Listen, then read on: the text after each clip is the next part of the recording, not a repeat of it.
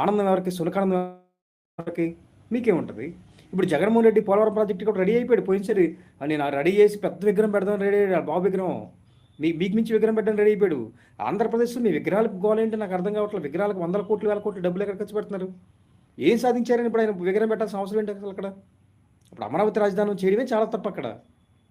సరే అయిపోయింది, ఏదో కేటాయించారు, భూములు తీసుకున్నారు, అయిపోయింది. మళ్ళీ మళ్ళీ 16,000 ఎకరాలు కలెక్ట్ చేస్తున్నారు. ఆ రైతులు కూడా వాళ్ళ వాళ్ళ రైతులు కూడా నేను ఇస్తానండి. అసలు వాళ్ళ రైతులు కూడా మనస్ఫూర్తిగా ఎవరు ఇవ్వట్లేదండి. అది వాళ్ళు ఎంత బాధతో మాట్లాడుతున్నారంటే, వీళ్ళందరూ మీడియా వాళ్ళు కూడా అందరూ ఓపెన్గా చెప్పాడు. ఒక అతను రైతు, ఒక సోషల్ మీడియా వ్యక్తి ఎవరో తీసుకుంటే యూట్యూబ్లో తను క్లారిటీ ఇచ్చాడు. మా పరిస్థితి ఎలా ఉందో మీకు తెలియట్లేదు, ఎకరం 2 ఎకరాల్లో ఉన్న పరిస్థితి దారుణంగా ఉంది.